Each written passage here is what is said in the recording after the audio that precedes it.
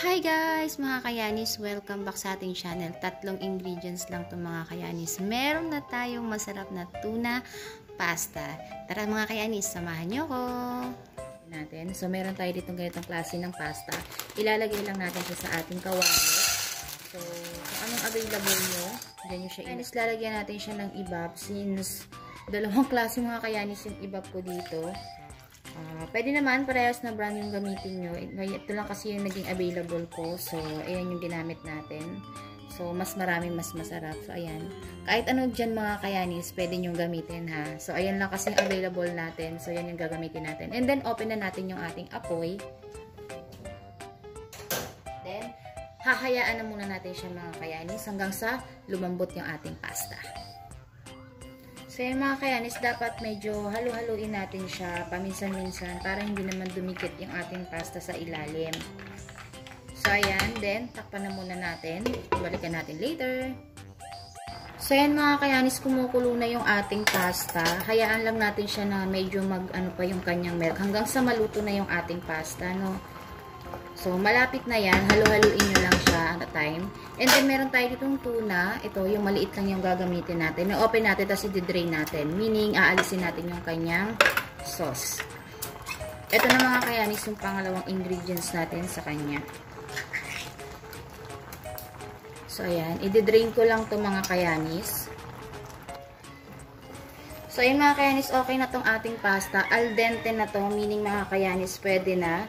And, ayan o, napuputol-putol na siya sa sandok lang. Pwede na natin ilagay yung ating second ingredients, which is ang ating tuna. Ayan. Tinanggalan ko siya ng kaunting sabaw or yung kanyang oil. Inalis na natin yung kanyang kaunting oil.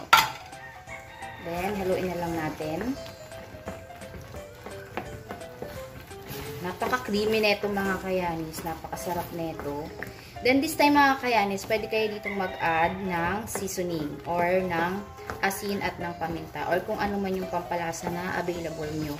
Pwede kayong maglagay ng rosemary or kaya ng oregano, kung ano. Ako kasi mga kayanis, since bagets na naman yung pakakainin natin, yung simpleng lasa lang ng tuna pasta yung gagawin natin. Maglalagay lang ako sa kanya mga kayanis ng paminta. Ayan. Mamaya ako maglalagay ng pampaalat if needed lang yun mga kayanis kasi may ilalagay pa tayo sa kanya pang isa pang ingredients. Durugin natin yung tuna.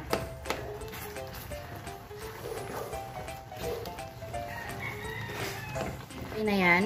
Lagay na natin ang ating pangatlong main ingredients, ang ating cheese. O pwede kayong gumamit mga kayanis ng melted cheese. Wala akong melted cheese kung ano lang yung available ko dito sa kusina mga kayanis. Ano lang to mga kayanis? Eden na cheese. Yung regular cheese lang ng Eden. So, ito lang yung ginamit natin. Ayan, ayan lang siya.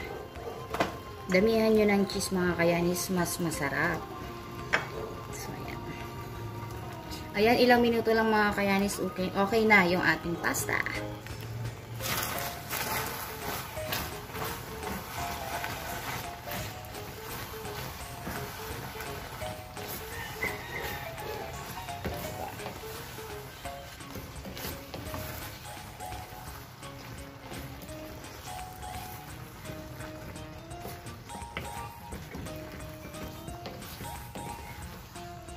Napaka-creamy niya mga kayanis. Napakasarap niya. Napakasarap nito, promise mga kayanis. Easy merienda to mga kayanis na ating ginawa for today.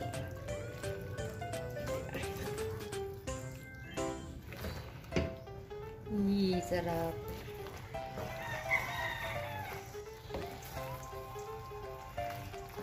Ready to serve na. Thank you for watching!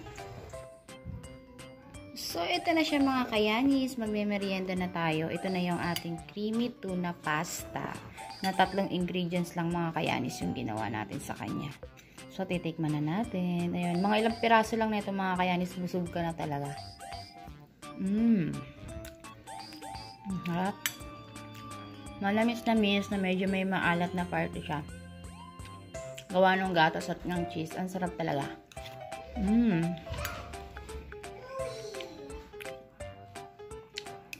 Up.